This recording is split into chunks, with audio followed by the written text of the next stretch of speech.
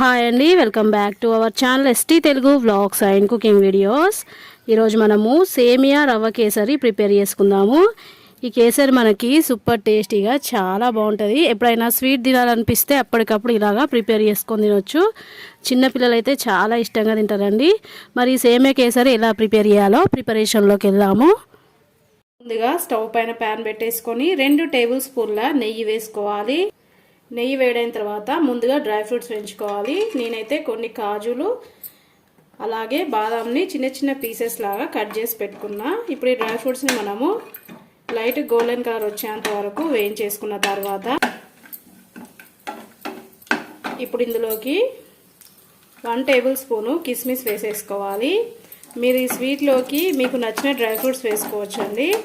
ఇప్పుడు ఈ కిస్మిస్ కూడా ఫ్రై అయిపోయిన తర్వాత ఇప్పుడు డ్రై ఫ్రూట్స్ని తీసేసుకొని వేరొక బౌల్లోకి షిఫ్ట్ చేసేసుకోవాలి. ఇప్పుడు అదే ప్యాన్లోకి 1/2 కప్పు బొంబాయి రవ్వ వేసేసుకొని లో ఫ్లేమ్లో కాసేపు వేయించేసుకోవాలి.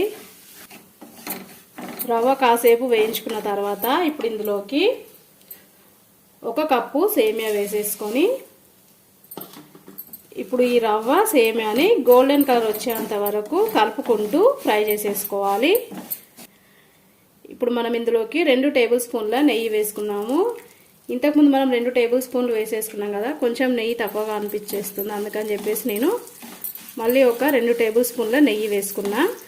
మొత్తం మనకి 4 టేబుల్ స్పూన్ల నెయ్యి అయితే కరెక్ట్గా సరిపోతుంది. మీరు కావాలనుకుంటే ఈ సేమియా ప్లేస్లో మనకి సూపర్ మార్కెట్లో రోస్టెడ్ సేమియా దొరుకుతుందండి. ఆ సేమియా వేసేసుకుంటే మనం ఇంకా తక్కువ టైంలో సేమియా కేసరి ప్రిపేర్ చేసుకోవచ్చు. ఇలా మనము సేమియాని మంచి గోల్డెన్ కలర్లోకి వచ్చేంత వరకు వేయించేసుకున్న తర్వాత ఇప్పుడు ఇందులోకి 3 కప్పుల వాటర్ వేసుకోవాలి.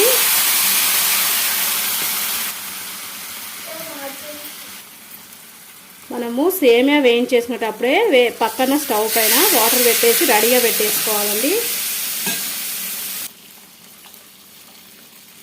ఇలా వాటర్ వేసేసుకున్న తర్వాత ఒకసారి కలిపేసుకొని సేమియా దగ్గరగా వచ్చేంత వరకు ఉడకనివ్వాలి. ఇలా దగ్గరగా వచ్చిన తర్వాత ఒకసారి కలిపేసుకొని స్టవ్ లో ఫ్లేమ్లో పెట్టేసుకొని ఉడకనివ్వాలి.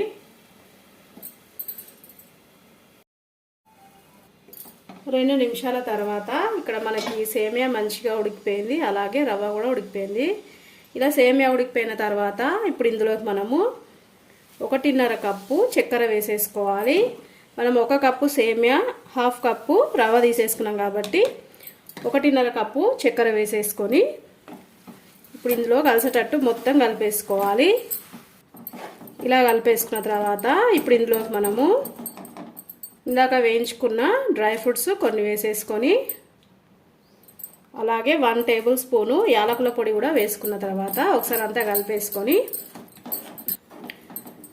ఇప్పుడు ఈ కేసరిని దగ్గరగా వచ్చేంత వరకు ఉడికించేసుకోవాలి. ఇలా దగ్గరగా వచ్చిన తర్వాత ఇప్పుడు ఇందులోకి 1 టేబుల్ స్పూను నెయ్యి వేసేసుకొని ఒకసారి మిక్స్ చేసేసుకొని